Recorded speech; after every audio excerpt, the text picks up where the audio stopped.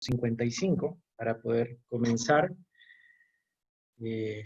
leyendo un poco de la palabra, recibiendo de lo que el Señor tiene en su corazón para cada uno de nosotros hoy. Salmo 55 es un salmo de David. David, al final de sus días, fue calificado como el dulce cantor de Israel. Y hay una buena porción de los salmos que muestran lo que había en el corazón y en el alma de David a lo largo de su vida. Por tanto, los salmos no son necesariamente simplemente alabanzas, sino que también expresan los momentos de angustia y de aflicción que tenía David. Y los expresaba de esta manera, y el Salmo 55 es uno de ellos. Lo voy a leer a partir del verso 1. Vamos a tratar de leer todo el Salmo para poder ver el contexto. Y dice: escucha, oh Dios, mi oración, y no te escondas de mi súplica. Está atento y respóndeme. Clamo en mi oración y me conmuevo, a causa de la voz del enemigo, por la opresión del impío, porque sobre mí echaron iniquidad y con furor me persiguen. Mi corazón está dolorido dentro de mí y terrores de muerte sobre mí han caído. Temor y temblor vinieron sobre mí y terror me ha cubierto. Y dije: ¿quién me diese alas como de paloma? Volaría yo y descansaría. Ciertamente huiría lejos, moraría en el desierto, me apresuraría a escapar del viento borrascoso de la tempestad. Destrúyelos, oh Señor, confunde la lengua de ellos, porque he visto violencia y rencilla en la ciudad. Día y noche la rodean sobre sus muros, e iniquidad y trabajo hay en medio de ella. Maldad hay en medio de ella, y el fraude y el engaño no se apartan de sus plazas. Porque no me afrentó un enemigo, lo cual habría soportado, ni se alzó contra mí el que me aborrecía, porque me hubiera ocultado de él, sino tú, hombre, al parecer íntimo mío, mi guía y mi familiar, que juntos comunicábamos dulcemente los secretos y andábamos en amistad en la casa de Dios. Que la muerte les sorprenda, desciendan vivos al Seol, porque hay maldades en sus moradas en medio de ellos. En cuanto a mí, a Dios clamaré y Jehová me salvará. Tarde y mañana y a mediodía oraré y clamaré, y él oirá mi voz.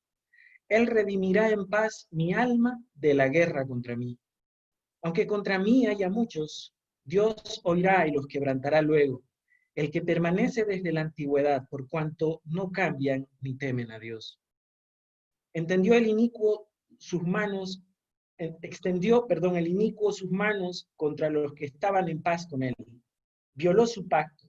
Los dichos de su boca son más blandos que mantequilla. Pero guerra hay en su corazón.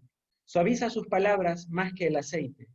Mas ellas son espadas desnudas. Echa sobre Jehová tu carga y él te sustentará. No dejará para siempre caído al justo. Mas tú, oh Dios, harás descender aquellos al pozo de perdición. Los hombres sanguinarios y engañadores no llegarán a la mitad de sus días, pero yo en ti confiaré.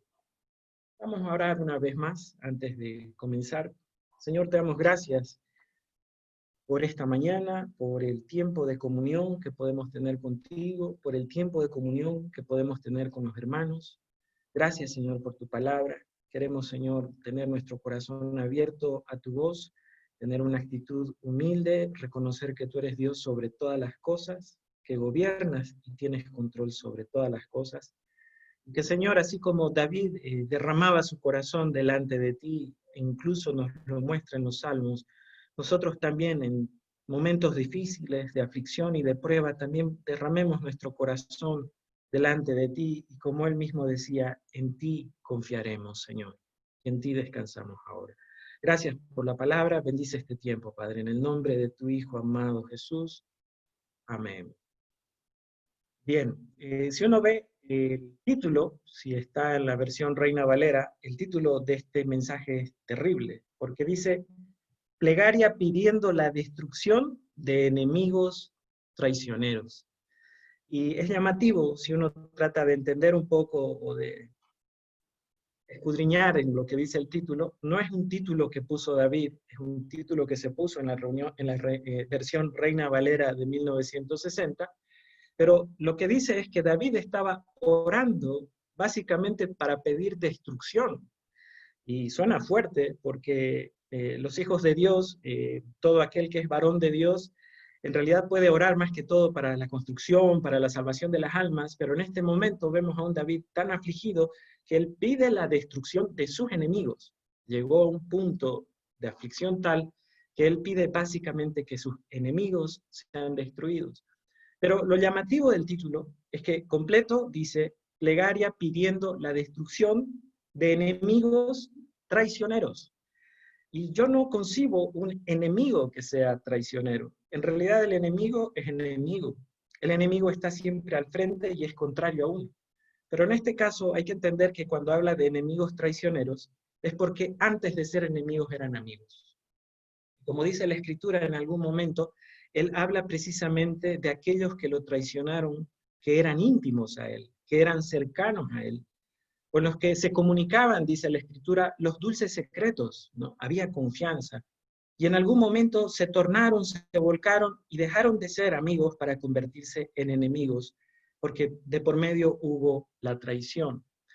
Ahora, en general, está claro, por lo que dice este capítulo, que David estaba pasando por un momento muy difícil.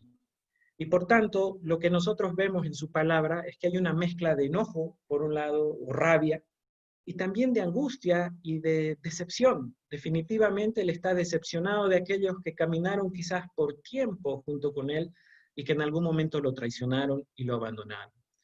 Y sin que nosotros lleguemos a compararnos ni estemos a la estatura o nivel de lo que era David, tenemos que reconocer que también hemos pasado por momentos de ese tipo.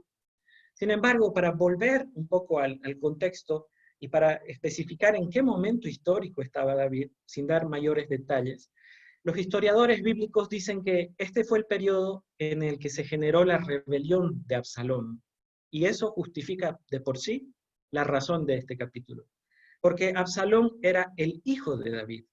Y Absalón estaba tratando de darle un golpe de estado a David, con el propósito de hacerse del trono, de tomar él el control y el poder.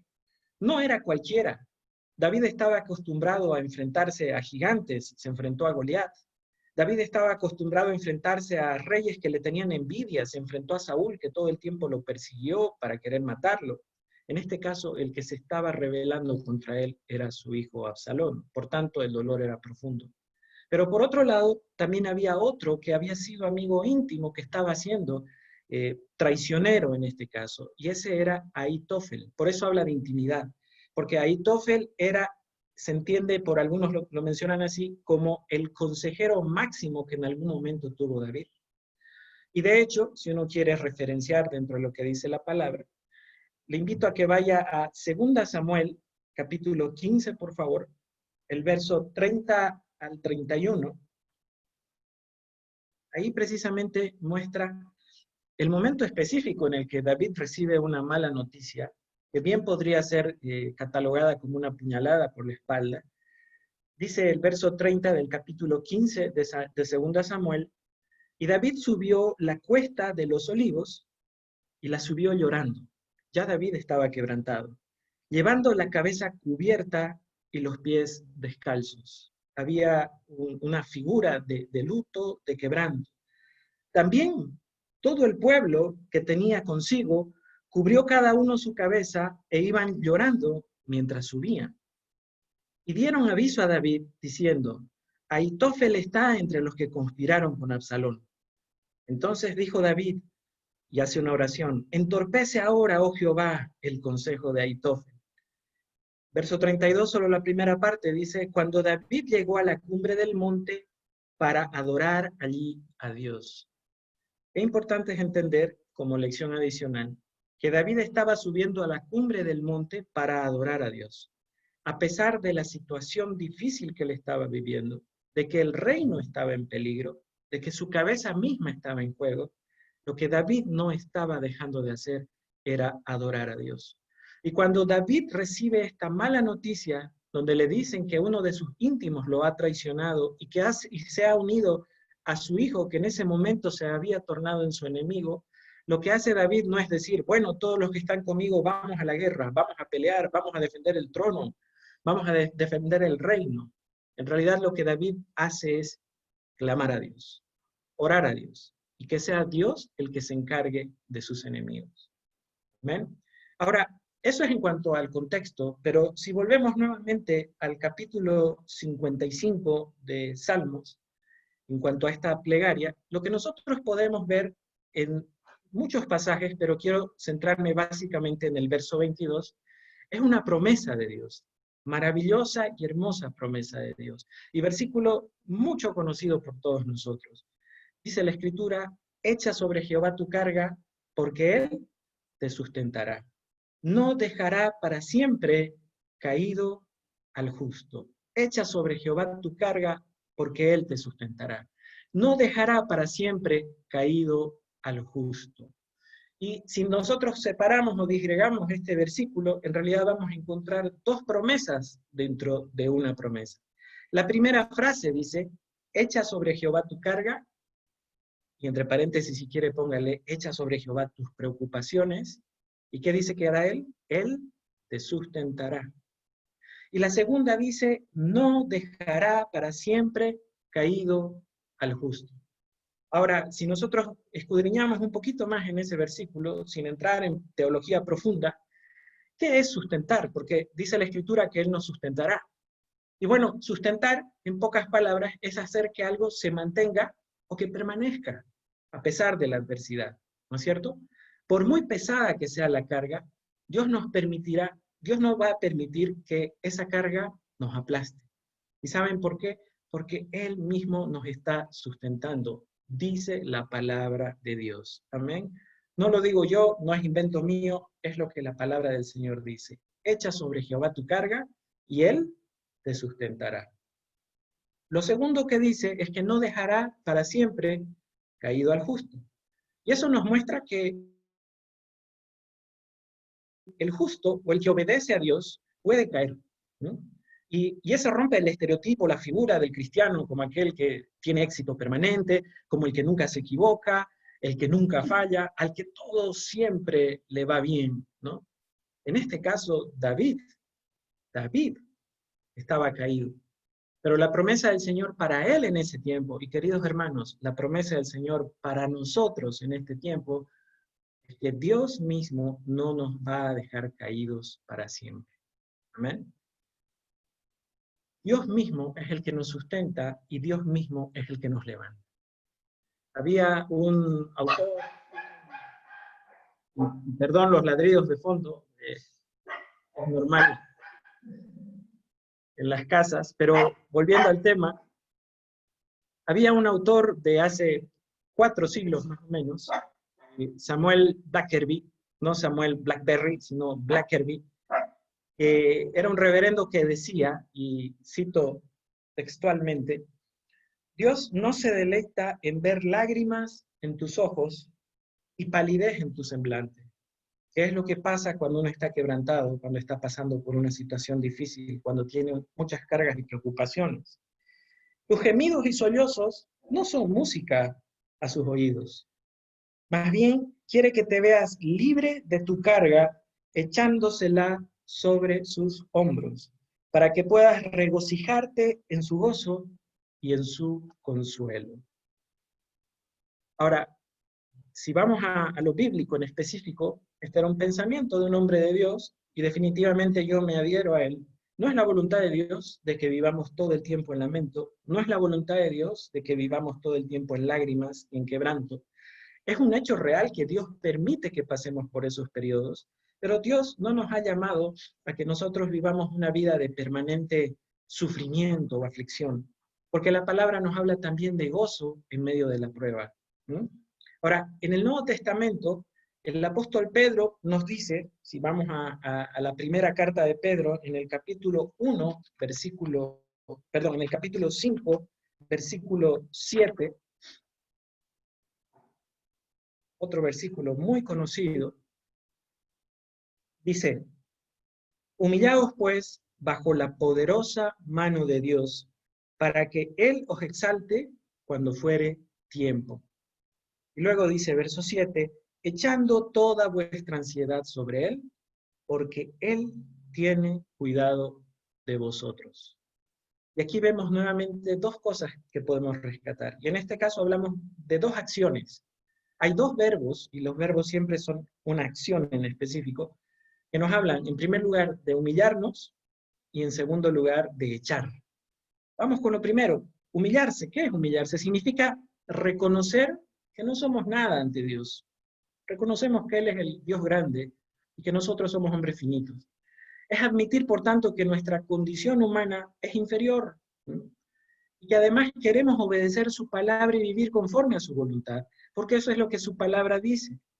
Y también es reconocer que todo lo que nosotros tenemos y todo lo que nosotros somos proviene de Él. Eso es humillarse. Es definitivamente, y en pocas palabras, reconocer cuán grande es Dios. Y aún así no vamos a poder comprenderlo, porque Dios es supremo y máximo. Pero es humillarse delante de ese Dios supremo y máximo. Y dice la Escritura que cuando uno se humilla delante de Él, dice, bajo su poderosa mano, ¿ah?, Él nos va a exaltar cuando fuere el tiempo. Pero vamos a la segunda acción. La segunda acción dice, echando toda vuestra ansiedad. Y en esta acción está el verbo echar, ¿no? Delante del Señor. Es una acción que no es involuntaria, ¿no? No es como derramar un vaso de agua en la mesa sin querer queriendo. En realidad es la decisión mía puesta en acción. Yo decido echar delante del Señor toda mi ansiedad, porque la Escritura dice que Él tiene cuidado de nosotros. Amén. Él es el que tiene cuidado de nosotros. Dios mismo, nuestro querido y amado Padre Celestial, es el que tiene cuidado de nosotros. Ahora, queridos hermanos, la carga puede ser muy pesada para nosotros y puede ser motivo de una gran ansiedad. Nos afecta emocionalmente, aún nos afecta físicamente.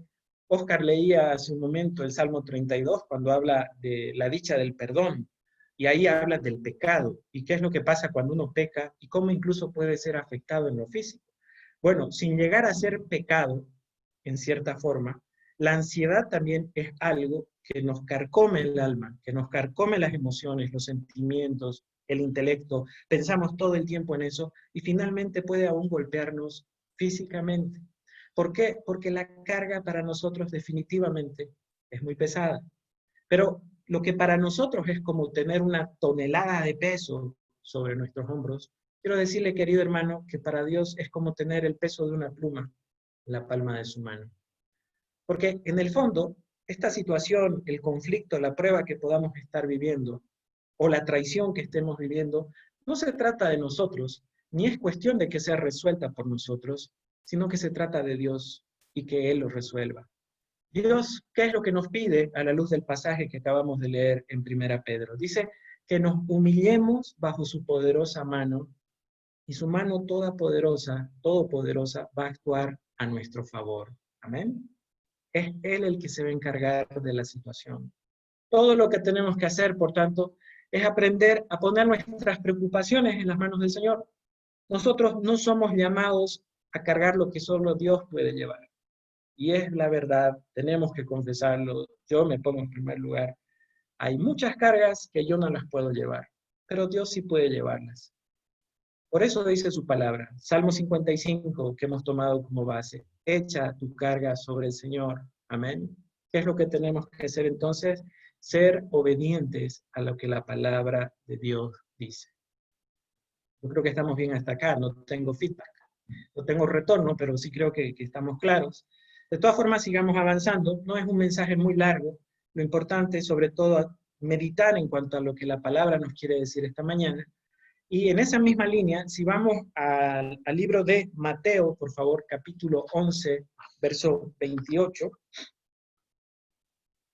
Mateo 11, 28.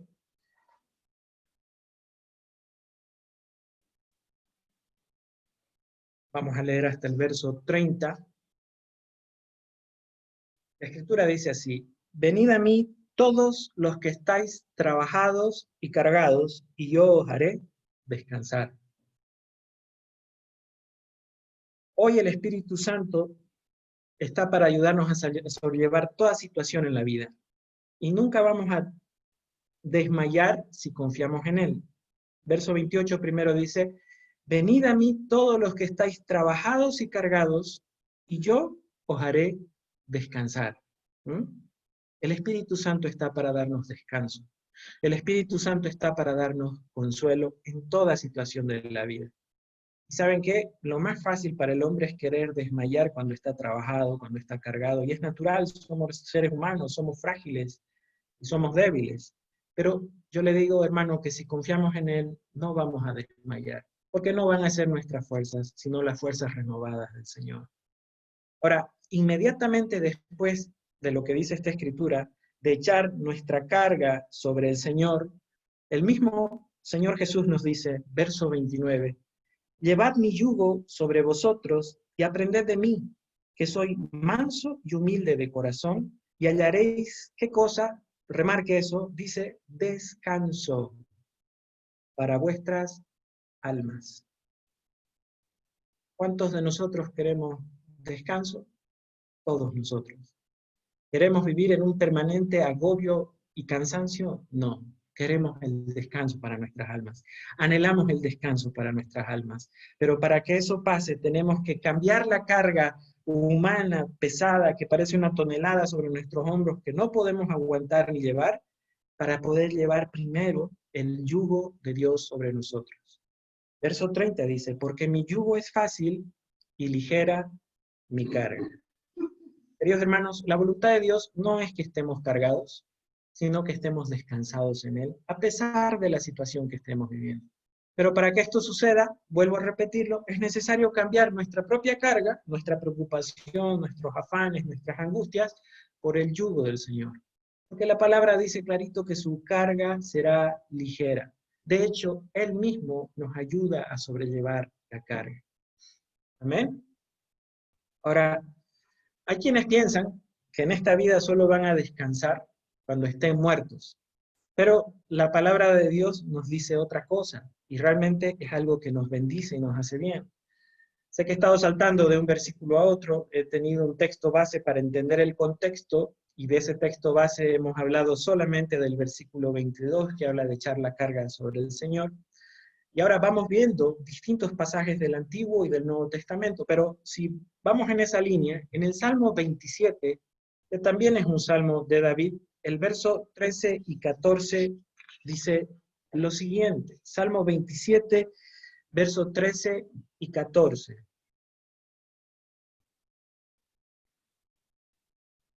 Dice, hubiera yo desmayado si no creyese que veré la bondad de Jehová en la tierra de los vivientes. O sea, esto nos dice que nosotros vamos a poder ver la bondad del Señor ahora que estamos vivos, en este tiempo. Por tanto, dice la Escritura, aguarda a Jehová y remarca, esfuérzate y aliéntese tu corazón. Sí, espera a Jehová, porque de él viene nuestra salvación. Amén. Ahora, si volvemos al versículo original, al versículo 22 del Salmo 55, pero esta vez quisiera leerla en la versión Dios habla hoy, o la versión popular, como se conoce. Dice la versión popular, deja tus preocupaciones al Señor y Él te mantendrá firme. Nunca dejará que caiga el hombre que le obedece. Vuelvo a leerlo. Deja tus preocupaciones al Señor y Él te mantendrá firme. Nunca dejará que caiga el hombre que lo obedece. Amén. Ahora, al principio dijimos que este verso, que ahora lo he leído en la versión popular, era una promesa en esencia. Y bueno, últimamente he visto varios escritos o comentarios de Charles Spurgeon, ya la anterior vez, cuando me tocó compartir, mencioné un texto de él sobre precisamente lo que implicaba vivir en estos tiempos finales. Y ahora, por ejemplo, leyendo algo de Spurgeon, encontré una analogía muy interesante, porque en realidad él habla de comparar las promesas de Dios como si fueran cheques al portador. Todos conocemos los cheques, alguna vez nos han pagado en cheque, ¿no? Y en este caso él compara la promesa al cheque, porque en esencia dice, la promesa es dada al creyente con el fin de concederle algo bueno. Cuando a uno le dan un cheque es para concederle dinero, o sea, es algo bueno en el fondo, ¿no? Ahora, no alcanza, él dice, con que el creyente lea la promesa, como lo estamos haciendo ahora, y luego se olvide de ella. Es como que uno recibiera un cheque, se lo guardara en el bolsillo y nunca lo cobrara, ¿verdad? Y en realidad lo que tiene que hacer el creyente es usarlo. Y el cheque es solamente un papel, ¿verdad? Tiene un monto, una cifra ahí marcada, y uno asume que ese cheque es una realidad en cuanto a plata, ¿verdad? Lo mismo, el creyente debe usar la promesa como una realidad, como un hombre usa un cheque. ¿Cómo es eso? No tiene el dinero, pero sabe que el dinero es suyo. Y estamos hablando en este caso de cheques que sí tienen fondos, ¿no? Sabe que el dinero es suyo. Tiene fe que ese papel vale la cifra que dice que vale, ¿no es cierto?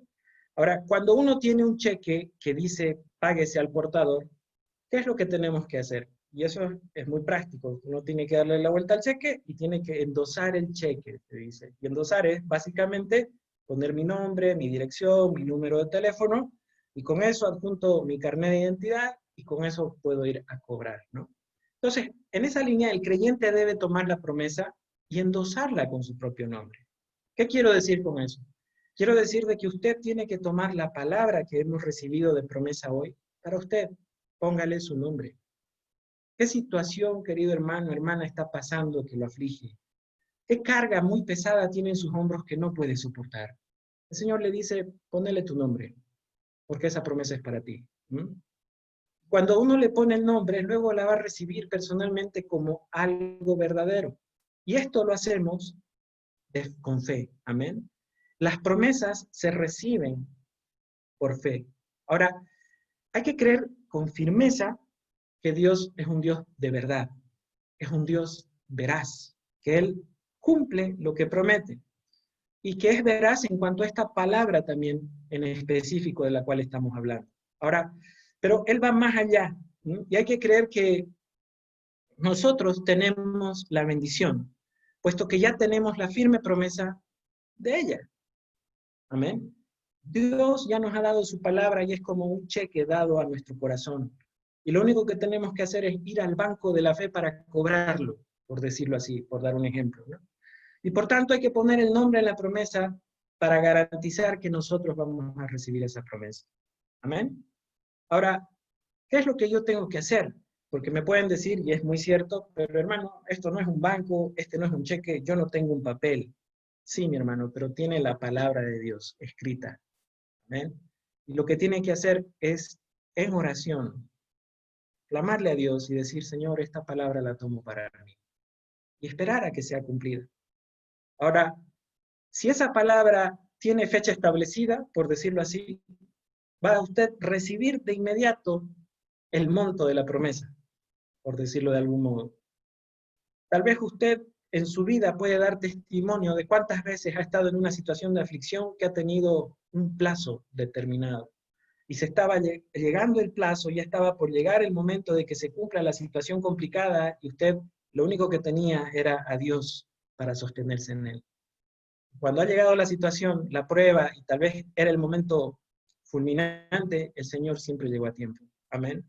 Porque Dios siempre cumple sus promesas. Dios nunca se atrasa. Dios siempre llega a su tiempo. Ahora, si el cheque tiene una fecha posterior, tal vez es para más adelante, no lo sabemos, ¿no? Entonces lo que queda es esperar pacientemente, ¿no? Hasta que llegue ese día. Pero mientras tanto, tenemos que considerar la promesa, así como un cheque que parece o es dinero en efectivo, la promesa como una realidad que se va a cumplir. Amén. Pues tarde o temprano, así como un banco le va a pagar y tiene que cumplir con el pago, el Señor va a cumplir su promesa.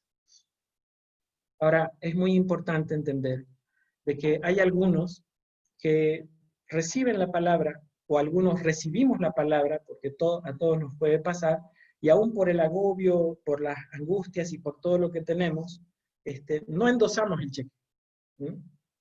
No le ponemos nuestro nombre a la promesa, y por tanto no recibimos nada, ¿no?